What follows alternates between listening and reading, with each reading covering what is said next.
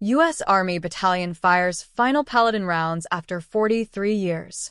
A U.S. Army Artillery Battalion at Fort Carson, Colorado fired its last rounds as a Paladin unit on May 7, closing out 43 years of service with a self-propelled howitzer, while simultaneously becoming the first Paladin formation in the Army to fire using the new artillery execution suite, the Army reported.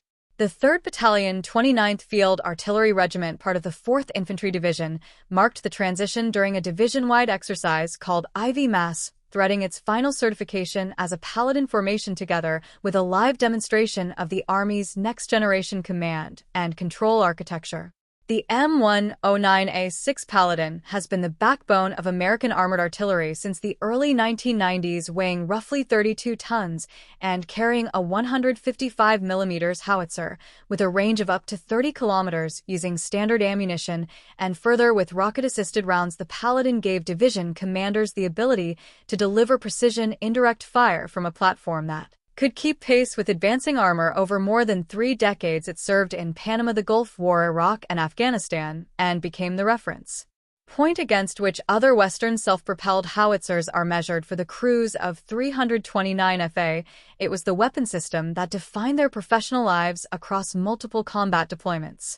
Maj. Andrew Patterson, the battalion's operations officer, described what the final exercise actually demonstrated. 329 FA successfully conducted the first sensor Army edge-to-shooter artillery execution suite to M109A6 Paladin live fire mission.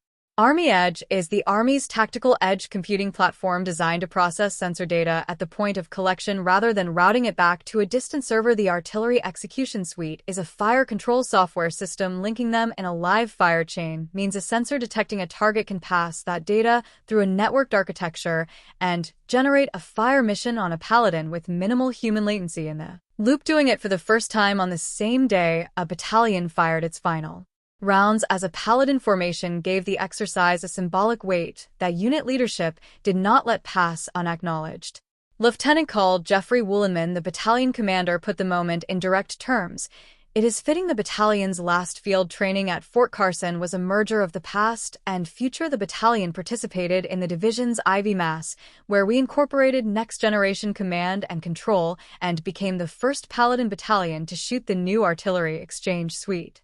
Next Generation Command and Control, known as NGC2, is the Army's initiative to replace the collection of older, often incompatible digital systems that currently link sensors, commanders, and weapon systems across the force. The goal is a unified data environment where information from any sensor, whether a drone, a ground radar, or a satellite feed, flows automatically to the right shooter without requiring manual re-entry at each step. The Army has described it as enabling decision-making at machine speed, a phrase that captures both the ambition and the operational logic in a high-intensity conflict against a peer adversary with comparable electronic capabilities. The side that closes the sensor-to-shooter loop faster will win more engagements.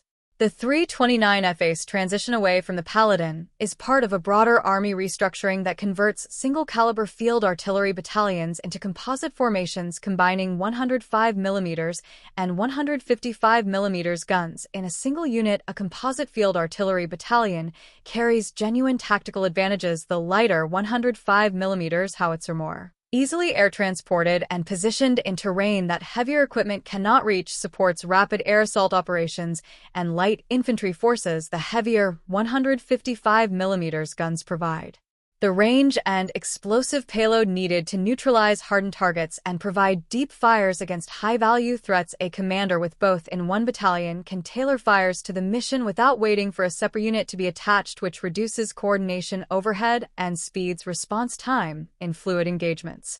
The battalion's history with the Paladin across Iraq and Afghanistan gave its crews a depth of operational experience that cold performance metrics cannot fully capture. Paladins answered calls for fire in both conventional and counterinsurgency environments, supporting ground units in contact, providing illumination for night operations, and training allied forces, including the Afghan National Army. The regiment also worked alongside German and Romanian allies, building interoperability that has become more relevant as NATO has expanded its eastern posture in response to Russia's war against Ukraine. That institutional knowledge of how to coordinate fires across coalition partners does not disappear. When the platform changes, it transfers into whatever system comes next.